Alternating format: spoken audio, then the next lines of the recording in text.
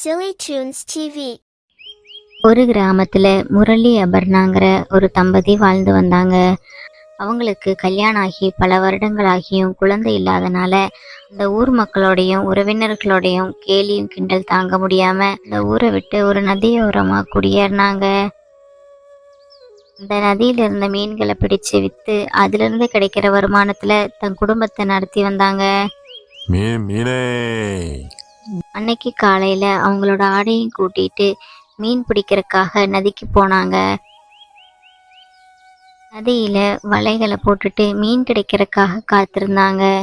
முரளி அபர்ணாவை பார்த்ததும் அபர்ணா ரொம்பவும் சோகமா உட்கார்ந்துட்டு இருந்தா. முரளி கூப்பிட்டதை கூட கேட்காம அபர்ணா எதையோ யோசிச்சுட்டே உட்கார்ந்துட்டு இருந்தா. அபர்ணா, அவ அதட்டி கூப்பிட்டதும், என்னங்க சொல்லுங்க. என்னாச்சு அபர்ணா? உனக்கு நான் கூப்பிட்டது கூட கேட்காம நீ எதையோ ரொம்ப நேரமா யோசிச்சுட்டு இருக்கிறியே.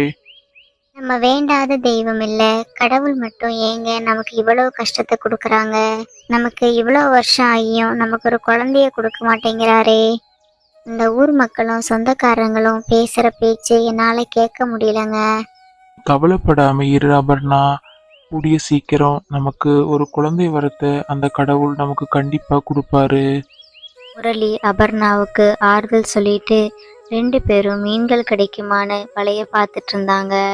திடீர்னு பார்த்ததும் அந்த ஆற்றுல ஏதோ ஒன்று நகர்ந்து வர மாதிரி தெரிஞ்சிச்சு. உடனே முரளி தண்ணிக்குள்ள இறங்கி நீந்தி போய் பக்கத்துல பார்த்ததும் அது ஒரு கூடைக்குள்ள ஒரு அழகான குழந்தை.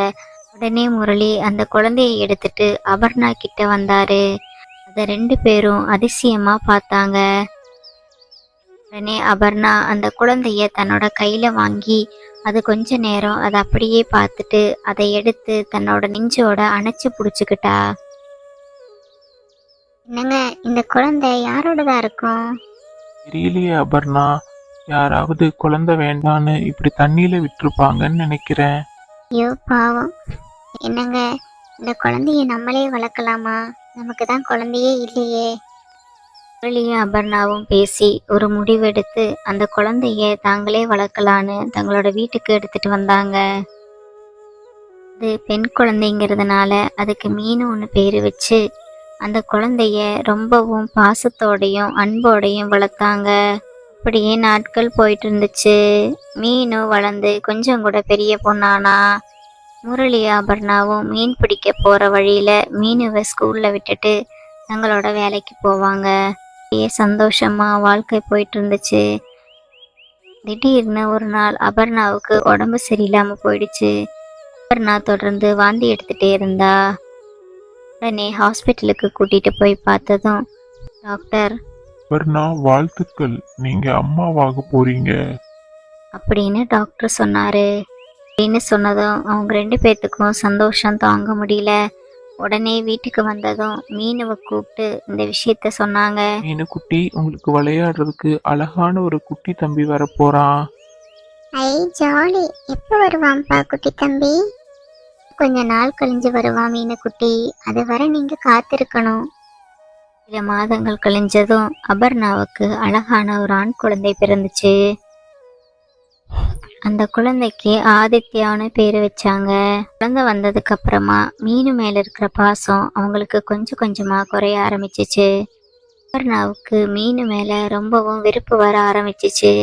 அவ செய்யற சின்ன சின்ன விஷயங்களையும் பெருசா எடுத்து அவளை ரொம்பவும் திட்ட ஆரம்பிச்சா.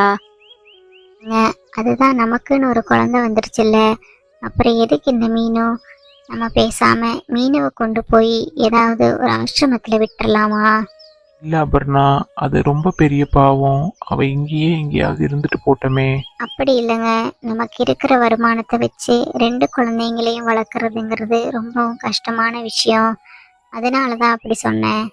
பரவாயில்ல அபர்ணா, எப்படியோ நம்ம அவளை கஷ்டப்பட்டு வளர்க்கலாம் அப்படின்னு முரளி அபர்ணா கிட்ட சொன்னாரு. அப்படியே நாட்கள் போயிட்டு இருந்துச்சு. 2 பேரும் வளர்ந்து பெரியவங்களாயிட்டாங்க. அபர்ணா முரளி கிட்ட சண்டை போட்டு மீனுவோட படிப்பை நிறுத்தி அவளை வீட்டில் இருக்கிற வேலைகள் எல்லாம் செய்ய வச்சா. ஆதித்யாவை மட்டும் ஸ்கூலுக்கு அனுப்பி மீனுவை வீட்டில் இருக்கிற எல்லா வேலைகளையும் செய்ய வச்சா. இதை பார்த்து மீனு ரொம்பவும் வருத்தப்பட்டா. மீனு காலையில இருந்து சாயங்காலம் வர வீட்டில் இருக்கிற எல்லா வேலைகளையும் செஞ்சாலும் அபர்ணா அவளுக்கு சாப்பிட்றதுக்கு நல்ல உணவுகளே கொடுக்கறதில்ல. வீட்டில் இருக்கிறதுலையே பழைய சாப்பாட்டை தான் அவளுக்கு சாப்பிட்றதுக்கு கொடுத்தா. ஆனா முரளிக்கு அவ மேல் இருக்கிற பாசம் குறையவே இல்லை.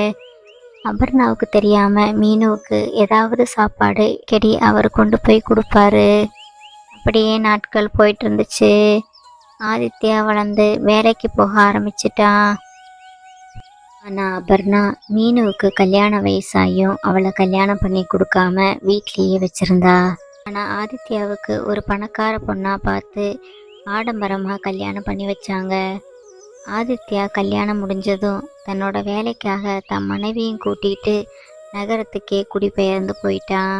அப்படியே நாட்கள் போயிட்டு இருந்துச்சு. அபர்ணாவுக்கும் முரளிக்கும் வயசாயிடுச்சு. 2 பேரால எந்த வேலைக்கும் போக முடியறதில்ல.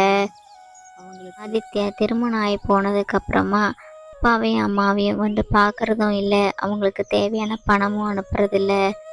அதுக்கு லெட்டர் போட்டாலும் அதுக்கும் பதில் அனுப்புறதில்ல. அவங்க குடும்பம் ரொம்பவும் வறுமையில் இருந்தனால மீனு கிடைக்கிற வேலைக்கு போய் தன் குடும்பத்தை பார்க்க ஆரம்பிச்சா. மீனு அபர்ணாவை முரளியும் நல்லபடியா பார்த்துக்கிட்டா. தேவையான மருந்தும் மாத்திரைகளையெல்லாம் வேலைக்கு போய் அதையெல்லாம் அவங்களுக்கு வாங்கி கொடுத்தா. அபர்ணாவுக்கு உடம்பு சரியில்லாததுனால மீனு கஷ்டப்பட்டு வேலைக்கு போய் அவங்களுக்கு தேவையான மருந்துகளையும் வாங்கி கொடுத்தா. அவங்கள ரொம்பவும் பத்திரமா பார்த்துக்கிட்டா. உன்னை சின்ன வயசுலேருந்து உனக்கு ரொம்ப வேலைகள் கொடுத்து உன் படிப்பையும் கெடுத்து நான் ரொம்ப உனக்கு குடும்பம் பண்ணியிருக்கேன். இருந்தாலும் நீ எங்கள் பெத்த பையன் பார்க்கலனாலும் நீ வளர்த்த பொண்ணை எங்களை நீ ரொம்பவும் நல்லா பார்த்துருக்க. செஞ்ச பாவத்துக்கு தான் இந்த வயசான காலத்தில் நான் இப்படி வியாதி வந்து படுத்திருக்கேன். இப்படியெல்லாம் எதுவும் இல்லைங்கம்மா. நீங்கள் ஆதித்யா வர்றதில்ல, பணம் கொடுக்கறதில்ல, அவன் நம்மளை பார்த்துக்கறதில்லன்னு நீங்கள் கவலைப்படாதீங்க. உங்களுக்காக நான் எப்பவுமே இருப்பேன். அபர்ணாவும் முரளியும் தப்ப உணர்ந்து அதுக்கப்புறமா இவங்க 3 பேரும் ரொம்பவும் சந்தோஷமா வாழ்ந்தாங்க.